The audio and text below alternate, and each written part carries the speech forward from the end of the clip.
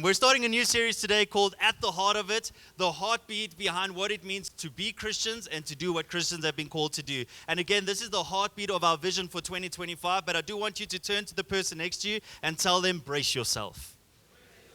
Now tell the other person, I'm serious, brace yourself. Because everybody's laughing now, but I can guarantee by the end of this message, none of us will be laughing. This is a message that not just claps me, but claps you, and we'll be clapped together as the body of Christ. So if you don't know what a clap is, just clap the person next to you so they know what that is. When my wife and I were dating many years ago, we're going on 13 years of marriage now, so around 14, 15 years ago. And yeah, that's something to celebrate. Got Oak sitting in the front row, married for like 20, 50 years or something. And but hey, we're going for 13 and it's awesome. But when we were dating, she would always love stuff about me. She would, and the reason I know this is because she would tell me, I love how you smell. I love how you speak. No, I told her that. I love it when you speak foreign, baby. Just say it. Hola, mi amor. No, anyway. So, see, this is the naughty service. Again, this crowd brings it out. Anyway, so she would tell me what she loves about me. And one thing she used to tell me all the time is, I love how you make me laugh. I love how funny you are. I love how you don't take anything seriously, but you're just spontaneous and you make me laugh. And it was just amazing to hear those words, and then we got married. Fast forwarding 13 years, there came a point where in a conversation she would no longer say, I love how you make me laugh. Just by the way, a quick fact, you know someone's really laughing when it's unfiltered, raw, a little bit weird, and very ugly.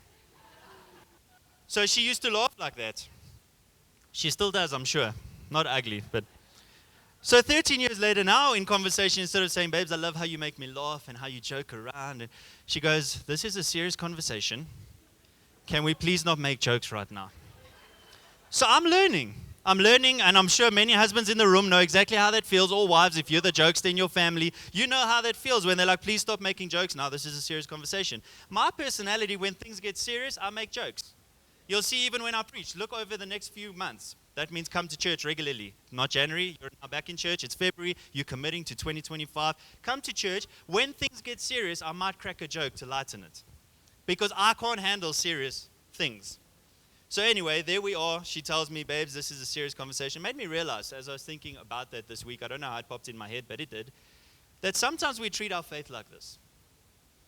Where faith, as soon as we see ourselves going a little bit deeper, getting a bit more serious about Jesus, we do something that makes it light. We do something that takes us back to a state of being shallow in our faith as soon as we enter some depth that we're not used to. We joke around about things because we're like, it's just hard to be serious about our faith. And so I've titled my message today, Seriously Though. Seriously Though. See, here's the thing. We live in a world where it's easy to call yourself a Christian without fully embracing what it means to be one. It becomes almost common to claim the label but not live the lifestyle. And this is where we need to ask ourselves, am I truly following Jesus? Or am I just being Christian-ish? Now, let me explain. Recently, I was listening to a preach from Pastor Craig Rochelle in Life Church America, and he coined this phrase, Christian-ish. And this is how he describes it to be. Christian-ish is having a half-hearted faith, wearing the label of Christianity without truly following Jesus. It's about claiming the name, but not living a life that matches what you're claiming. And I want us to be clear today, seriously though, Jesus never called us to be Christian-ish, he called us to be disciples. Beyond these walls, be disciples. Matthew 4:19 says, come follow me, Jesus said, and I will send you out to fish for people. Now, if you love fishing, you're already like, I'm in. If you don't like the smell of fish or rods or hooks, this is a bit harder. But he says, come follow me, Jesus said, I will send you to fish for people. I love how he starts this verse. It says, come, follow me. There's a personal invitation for each one of us sitting in this room today, just as he invited the disciples to come and follow him. Peter, James, and John, and Andrew, he told them, come, follow me. He's telling you today, come, church. Come. An invitation to deeper with me. An invitation for you not to stay on joke level, shallow level, but a depth that you've never experienced before. That in 2025, there's an invitation from God himself to say, come, you are my child. I love you. I've reached out to you. I've surrendered my life for you, so come. You don't go to a party without being invited, hopefully. Or you don't sit as a host of a party going, I wonder when they're going to arrive, when you never told them to come. And today I want to remind you that there's been an invitation.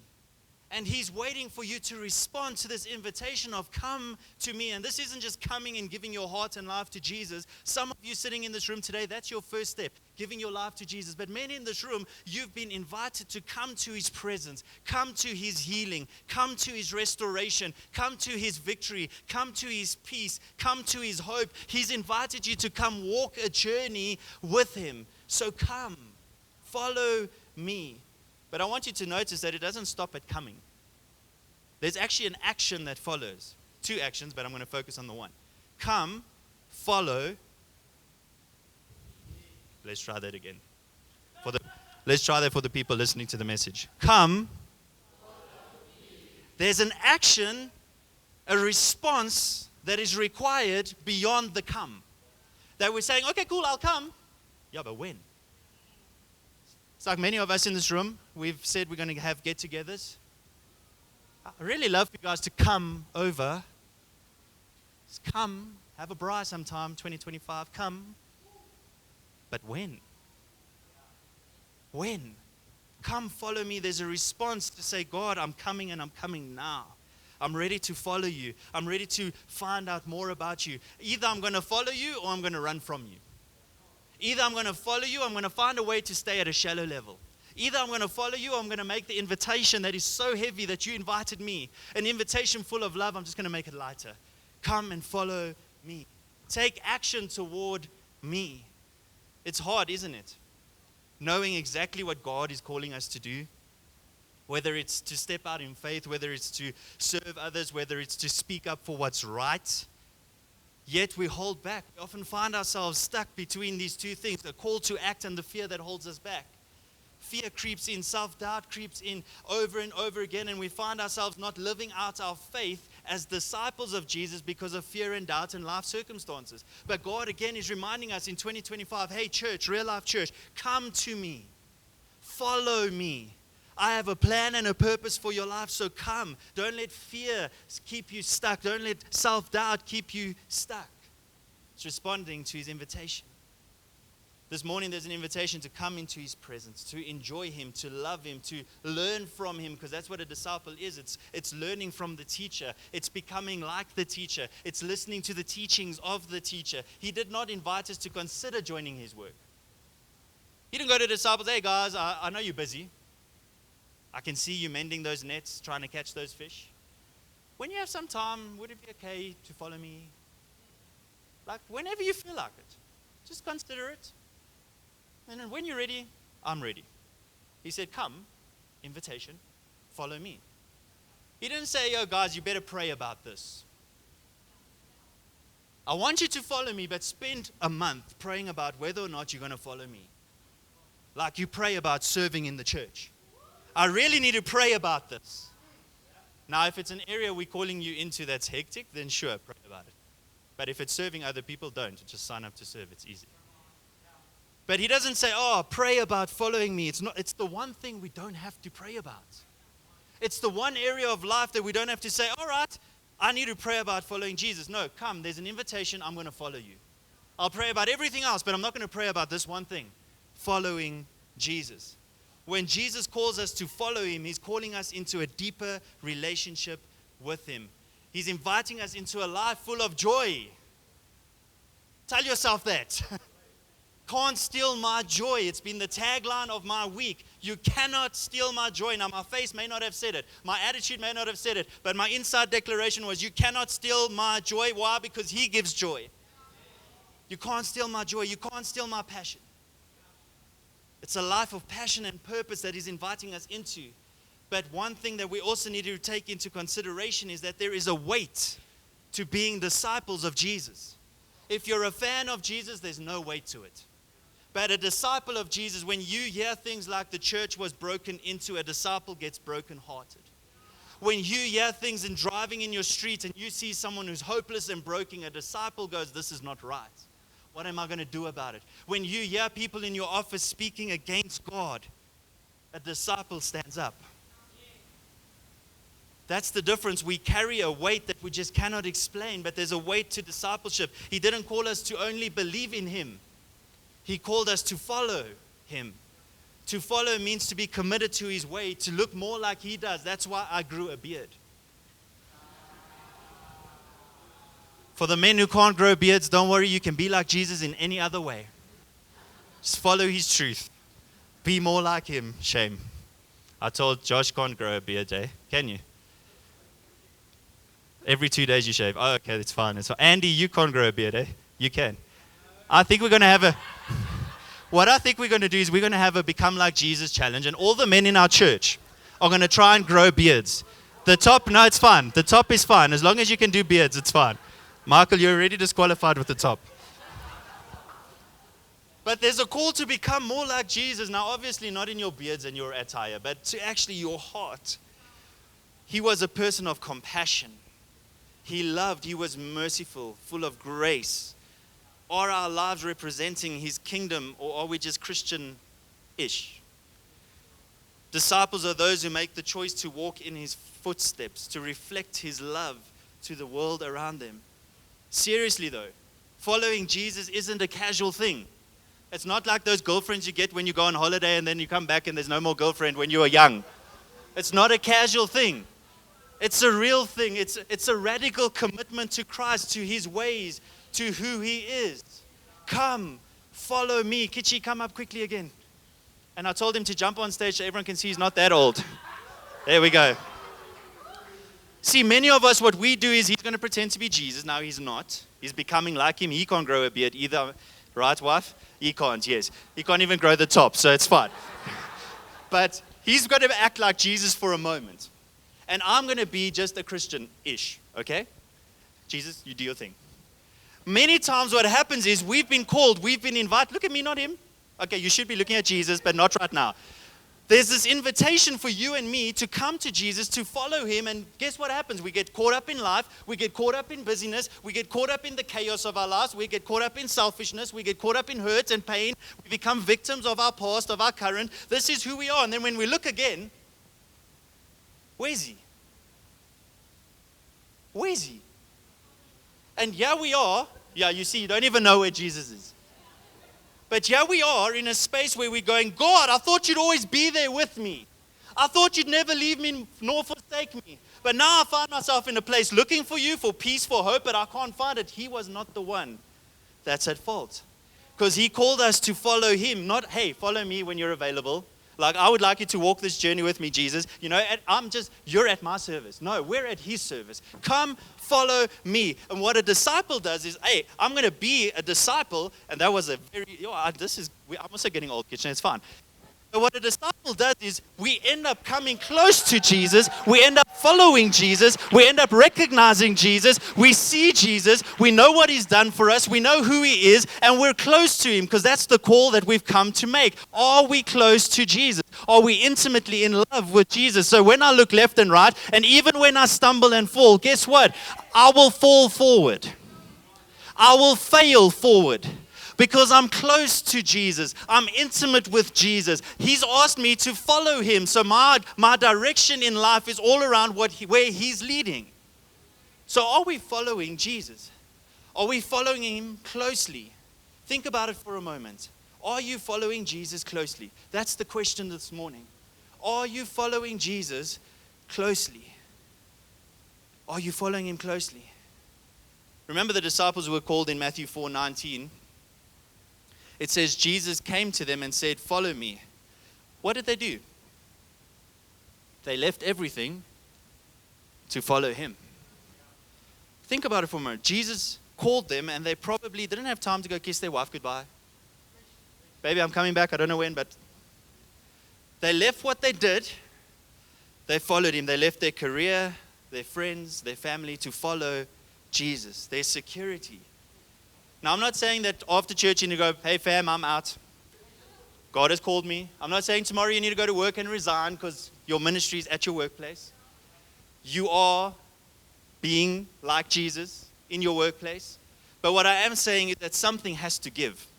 Something has to give. If we're calling ourselves disciples of Jesus, then something has to give. We can no longer say, I'm Christian-ish, and therefore something doesn't give. No, it's going to cost you something to be a disciple of Jesus. Pastor Chad Veach says it like this: salvation is free, but discipleship will cost you everything. It's dying to yourself so that Christ can live in you and then Christ can live through you. It's going, God, I no longer want this to be a limitation for what you can do in and through my life. I no longer want my past to be something that dictates what you want to do for me and through me. I want Christ to live in me, and therefore I surrender it at all costs. We're called to lay down our desires. We're called to lay down our plans. We're called to lay down our future and say, Jesus, I am all in. It's about dying to self so that Christ can live through us. Serious discipleship means giving those things up and following Jesus no matter what the cost. No matter what the cost. Because seriously though, the beauty in following Jesus in this way, in being a disciple, not Christian-ish, is that you will live a fruitful life. You will live a life that's full. You will live a life that's full of blessing and favor in the midst of chaos. That's the beauty of saying I'm a disciple of Jesus. But there's also something I don't want you to forget. Jesus doesn't force discipleship upon us. Jesus doesn't force discipleship upon us. He doesn't demand it like, hey, you church, you better be my disciples. No, he invites you into discipleship. Come, follow me. No force. It's your choice. It's your choice. If you're okay with just being Christian-ish, well, it represents the kingdom, but not always in the best way. But if you're saying, I want to be a disciple, and I'm accepting his invitation to follow him, then 2025 is going to be a year that my life represents his kingdom in a way that counts. Seriously though, are we following him closely?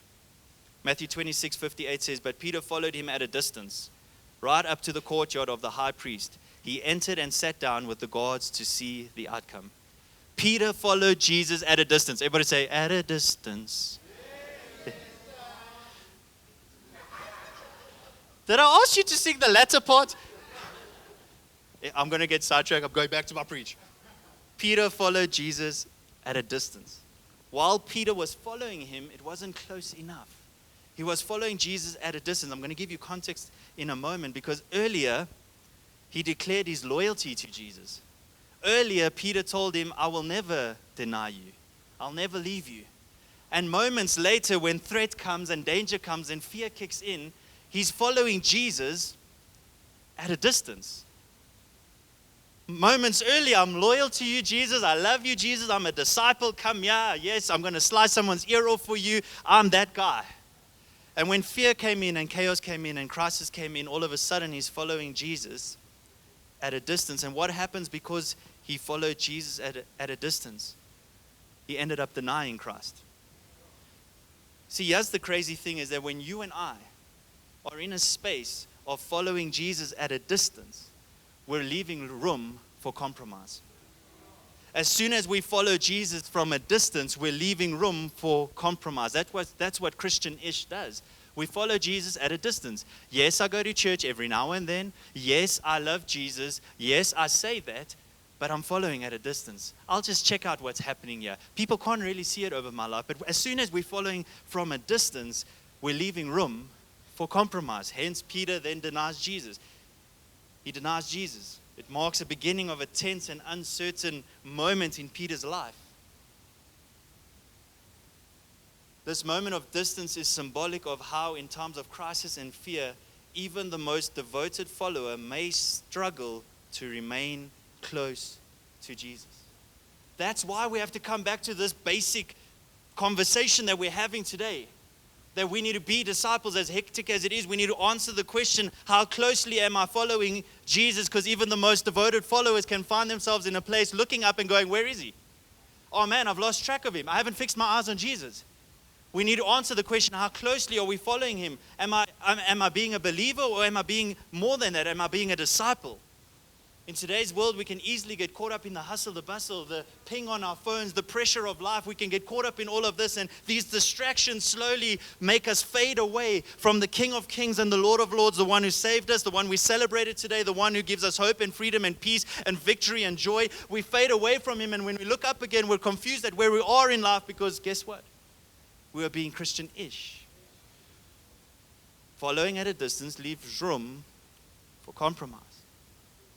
It's hard when the pressure to conform to the world standard is so high.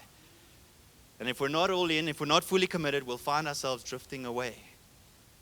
He's called us to keep our focus on him. Disciples follow closely. They make intimacy with Jesus a priority.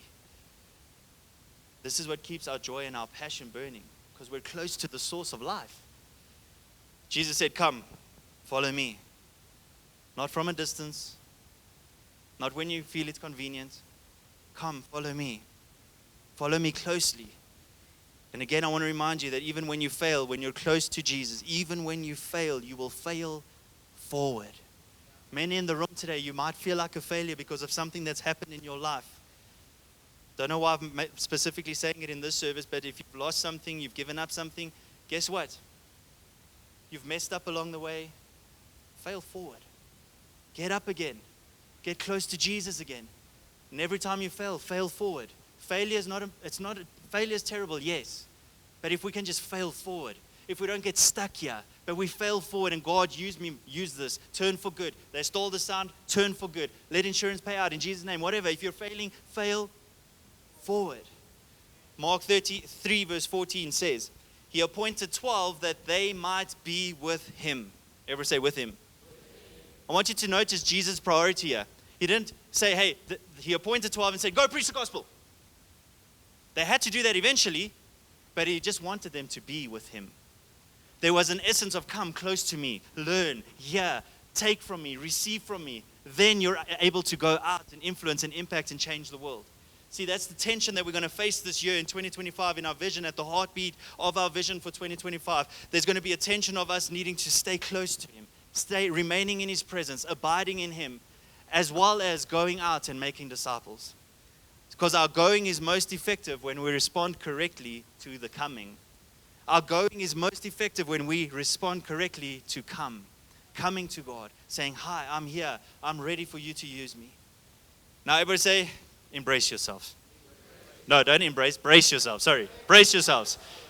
Check, imagine saying that on an airplane. Embrace yourself. We are. No, okay. Brace yourselves because it's about to get hectic. Revelation 3 verse 16. Now, I'm not saying this. The Bible is saying this. Just want you to know. Clause. Wing it out there. The Bible. Okay? And this is the Bible. Never say the Bible.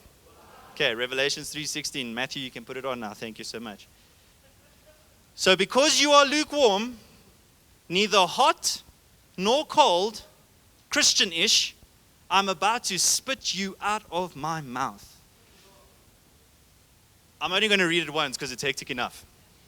Don't worry, we're all in the same boat here feeling the pain of that verse. Doesn't it just blow your mind that it makes God sick when we live as Christian-ish people? That we're not living as disciples, but we're Christian-ish. I go to church on Sunday and I look Christian. I leave church on Sunday, Christian-ish. And this verse reminds us that if you're lukewarm, neither hot nor cold, I'm about to spit you out of my mouth. You're intense, hectic. May this not be a verse where you're like, okay, wow, ouch. Let it challenge you just for a moment. It challenges me every time I read it, every time I think about it. It makes me rethink my walk with God. How closely am I walking? How have I responded to his invitation to come? Because if I'm lukewarm, then I need to do something that's going to shift me. Either I'm going to get hotter for Jesus, or I'm just going to pull away from the faith. But one of the two has to give. I need to become hotter for Jesus. I need to be on fire for Jesus. I need to be passionate about Jesus. I need to be a disciple of Jesus.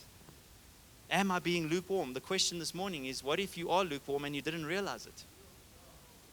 What if you're sitting at church this morning and you just didn't realize that you're lukewarm? Well, it's a pleasure. I just got you to think about it. Are you feeling in a space where you didn't realize that you are lukewarm? What if you think you're living for Jesus, but you're just going through the motions? The motions of coming to church on a Sunday morning. The motion of trying to pray as often as you can. The motion of trying to be a good person. What if you've just got stuck up in this whole thing of religion where I've got to do all the right things at the right time, and it's just become a cycle of motion in your life rather than a relationship with Jesus? Are you just going through the motions? Or are you intentional about every decision you make? Intentional, I'm going to church to receive something. I'm going to church expectant. I'm going to prayer meeting to bring the house down. I'm going to church to believe God for a miracle. I'm going to my workplace to minister. I'm going to read my Bible because I know that God's going to speak to me through it. I'm going to pray, not just, Lord Jesus, bless my food in Jesus' name. I'm not just going to go to bed at night and I'll protect me and bless me. I'm actually going to be intentional about my prayer life. I'm going to write a list of everything I'm believing God for. I'm going to pray until my knees bleed and my voice goes away, but I'm going to believe that God can do so much more in my life. It's going beyond just the motions of Christianity. And I'm one of those getting stuck in the motion of Christianity. I work for church, for goodness sake. You try being a Christian and a pastor at the same time. It's hectic because you read the Bible and you're like, oh, that's good for a preach. No, that's good for me. We go through the motions of Christianity and we forget that we need to be intentional, because discipleship is all about growth. It's all about transformation. It's all about being intentional in what God wants to do in and through our lives. And so when I wake up every morning, God, am I being lukewarm today? God, am I lukewarm this morning? Am I just going through the motions? Often even in church, if we had to be a little bit vulnerable, I can arrive at church and go through the motions. Oh, it's worship.